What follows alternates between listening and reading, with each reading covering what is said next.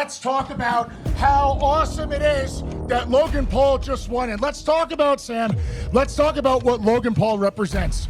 The shortcut. Feels so good to be here. Feels so good to be in the business. Thinking about all of the funerals that I wasn't able to attend for the last 11 years in this business, all the holidays I missed. You know, I could have just started a YouTube channel, could have just jumped in there with AJ Styles.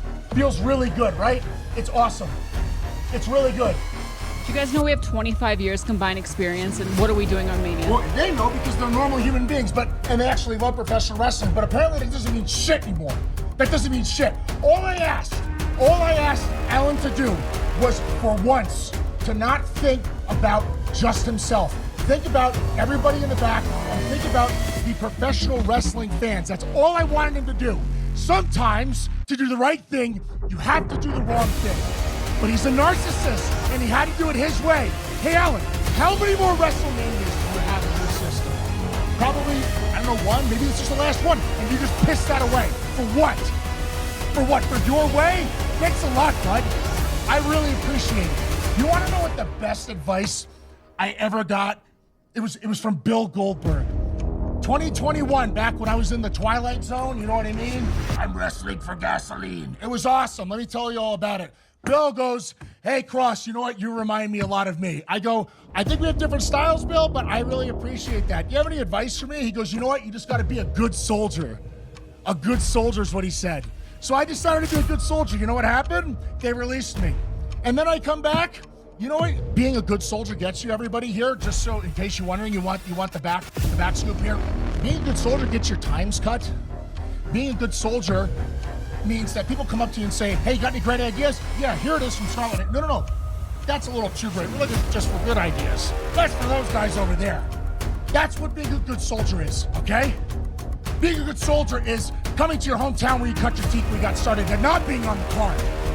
It's all about viral moments now. That's what it's all about.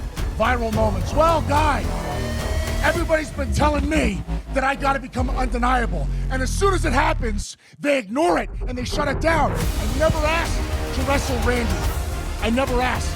That happened organically, and you ignored it for a viral moment. And good on Joe. Nothing against it. But you ignored it.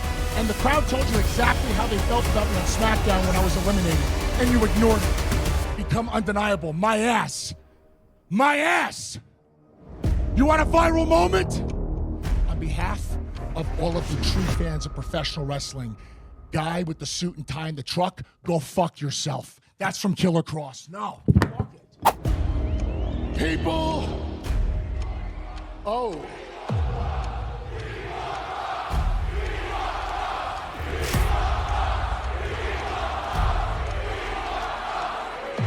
Well, now you got me! Makes it unpredictable. It's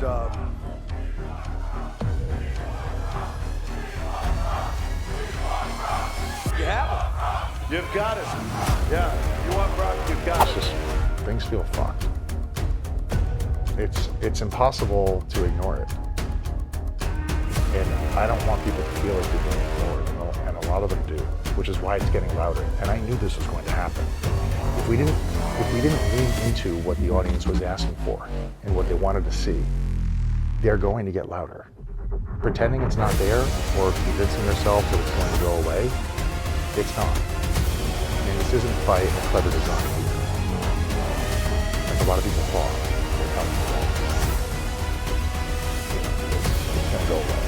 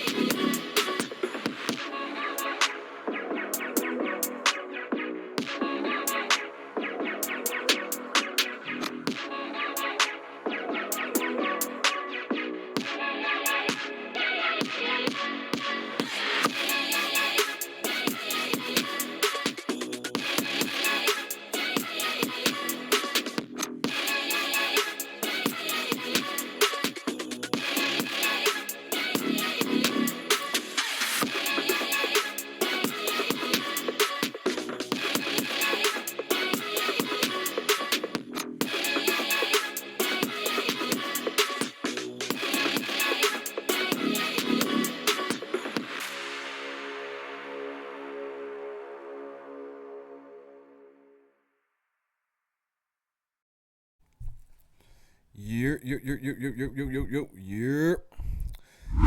What up? This is your boy Reckless Rebel. And this is the Altitude Era podcast with another episode. And we're going to talk about today what everybody's talking about today. And for the whole week, for the fact of the matter, Karrion Kross, bruh. What the hell is going on with Karrion Kross, man? His contract, if you ain't known, if you've been sitting under a rock or something or doing some other shit, I don't know where the hell you been. But his contract, Karrion Kross contract expired on August 10th. We've seen the same thing play out with Carlito, R-Truth, but much like both of them, there wasn't really any like notification to Karrion Kross he is being released. It's just been this whole fiasco still up until this point. With Carlito and R-Truth, it was pretty much cut and dry. You know what I mean? You heard days ahead from both of them on their social media, hey, I'm being released. They're not renewing my contract. You know, this is it. Karrion Kross has been different. It's been different. It's been like a whole, I'm not going to lie to you, it's been like a whole rollout, damn near. It seems like it's a rollout to something, but it's been amounting up to nothing and a bunch of confusion.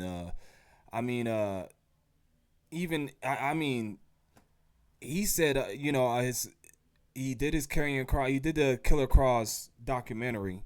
Y'all go watch that shit on YouTube if y'all ain't watched that shit. But he did that, and he had a lot of interesting shit to say on there. After SummerSlam after SummerSlam, they were promoting his book. They was promoting his new book. You mean even up to the last episode of NXT last Tuesday. You know what I mean? Like, I don't get it. I don't get what's going on with him. You know what I mean?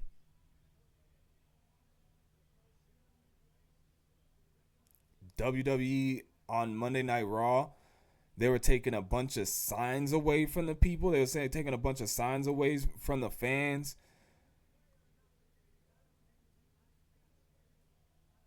It makes it see just, I don't know, man, all this stuff, doing all this, they was taking a bunch of signs away from the fans.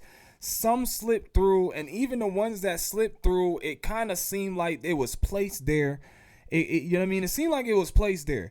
Cause, hey, remember back, when was it? Night of Champions, when CM Punk went to Saudi, and they had the little they had the show, what's that? The pre-show. You know how they do the pre-show days ahead. They had the pre-show in Saudi, and there was reports of a fan being like a fan that worked for WWE. You know what I mean? A makeshift fan that worked for WWE. They planted him in the front with like a sign saying something, like giving a cue to apologize or something along that nature. You know what I mean?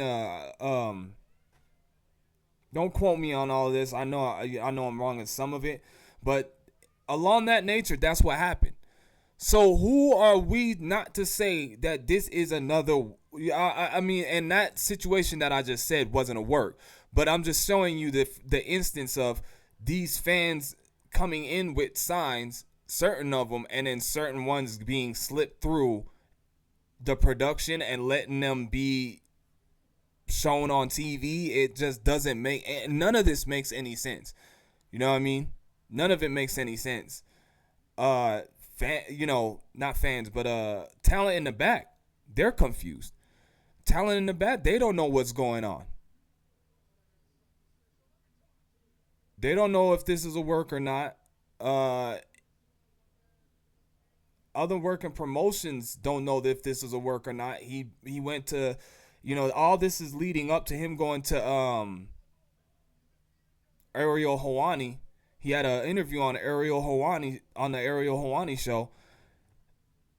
And he's saying, Ariel Helwani, shout out to him, because he's asking all the questions that need to be asked. I ain't gonna lie to you. All the questions that need to be asked, because this shit is funny. this is fishy. You know what I'm saying? And all of them is just it ain't adding up, but it's checking out. If that makes sense. He said ain't nobody reaching out to him. He said, and Ariel Helwani asked him that one question we all want to know. Has AEW reached out to you? No. They all think it's a work.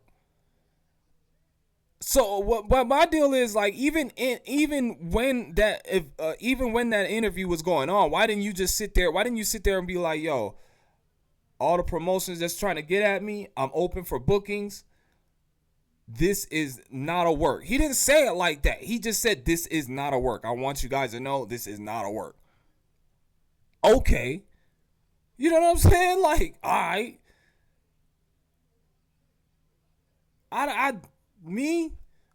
My opinion on this, all this,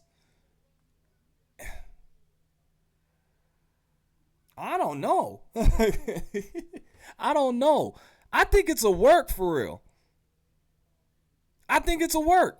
Cause why? I mean, just the way this is going about, why? And the way he was on the Ariel Helwani show, he just seemed too he seemed too pleasant and seemed too not too pleasant, but seemed too at peace with them doing him how he did. He said they gave him 24 hours. He had got a contract offering last Tuesday, I believe. So I mean, I guess that checks out, right? Because I said last Tuesday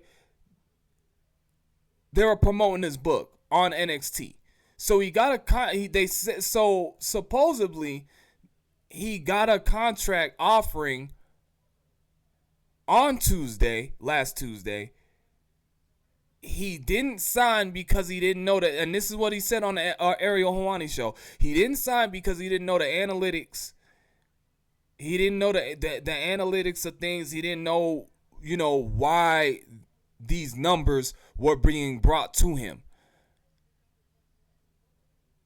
And he asked, hey, can I, is there a way I can figure this out? They're telling him no. That's fishy. Well, what's going on with Scarlet? Oh, we're dealing with you now. We'll deal with her later. That's fishy. And you're just on the Ariel Helwani show like, hey, there's no other destination plans for me. WWE is my home. Not a resentment, not nothing.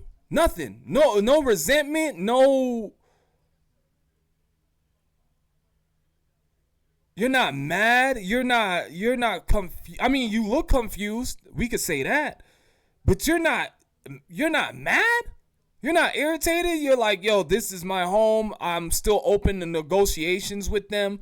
And they're doing you like this? That doesn't make any sense to me, man. Because I've seen talent get released in the traditional way that talent's supposed to get released, or that we would think that talent gets released, that we've seen thus far talent being released. And we've heard more of a uprise from them than you. It makes no sense to me. That's why I feel like it's a work. It's got to be a work. No other promotions are reaching out to you. He has no plans of wrestling as for right now. So where does that go? Where does that lead him? He has new shirts up on Pro Wrestling Tees.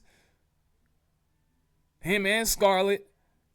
You know what I mean? Like, if they're like, yo, we're dealing with you now. We'll deal with her later. So that's not even guaranteed that your wife is going to be with you. And that's a part of his shtick. That's a part of his gimmick. Without Scarlet, you can't really have, I mean, the mystique ain't there with Karrion Kross. You got to have Scarlet. And they give him that answer? It makes, I don't know, it makes no sense to me. It makes no sense. So I don't know. My opinion, it's just, it feels like a work. It feels like a work. And if it isn't a work, this is This is a bad look, bruh. I'm not gonna hold you. This is a bad look. I ain't gonna lie to you. This ain't it. This ain't the way to do it. You know what I mean? Like he's been crushing it with merchandise sales for the last few months up until this point. When you see him on social media outside of him performing, the crowd's going wild for him. You seen the moment in the documentary where the little girl had to stop him just so that she could get a 5, just so she could dap him up. I mean, come on, man. That don't make no sense. That don't make no sense. And I mean, the R-Truth thing was genuine. But this, it's been brewing from months. It's been brewing for months. Genuinely, organically. And the crowd wants it. The fans want it. If this isn't a work, we're probably in the dawn of a new era. And TKO, they ain't messing around, bruh. If they are to ignore such a public outcry like this, they like they once said that, oh, the WWE universe is what matters. What they want is what matters. There's no way you could give us that same bullshit anymore. There's no way you could make us believe that that's what it is anymore. There's no way you can make us believe that that's what it is no more. I mean, I'm going to give credit where credit due. Look what they did with Truth. But at the same time, at the same token, after you re-signed Truth, you made him go to Ron Killings, and we was all feeling that. We was all going on for the ride, right? And then you turned them back. You turned them back face, the same, goofy, lovable, comedic R-Truth that we loved. But we were still rocking with the we were still rocking with the Ron Killings joint. But you turn them back to R-Truth. Lackluster heel run with John Cena. I'm just gonna say what it is. I ain't gonna lie to you. I didn't want to, and it's trash. I didn't want to say that, but it was lackluster. Y'all did not do it justice. And you know what too? I don't want to give it too much.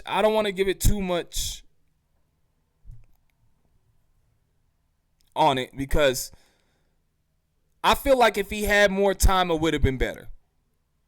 I feel like the time restraint on the run is what made it so lackluster. He only got a year, y'all. You know what I'm saying? And we already knew from the jump when he was turning heel. There's gonna be at some point. He's only got a year, so there's gonna be at some point down that road of the year, he's gonna have to turn back face. We all knew that. I mean, that's where WWE's mind was heading. So it's like, with that, I mean, with little time, what can you do really? You know what I mean? It could have been a little bit better even with that little bit of time. But at the same time, it's like, if he had more time, I think it could have been something else to see. I think it would have been something else to see. But,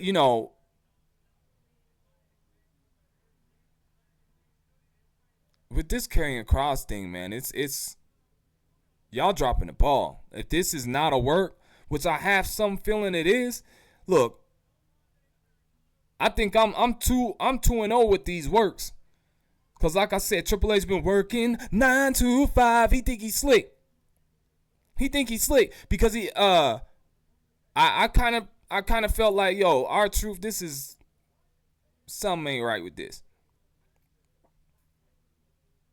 I may be lying with that. I may be lying with that. I'll take the R-Truth joint back because I don't remember it that well. I do remember it that well what took place, but I don't remember my reaction to it. I think I felt like yo, you really just let go of R-Truth?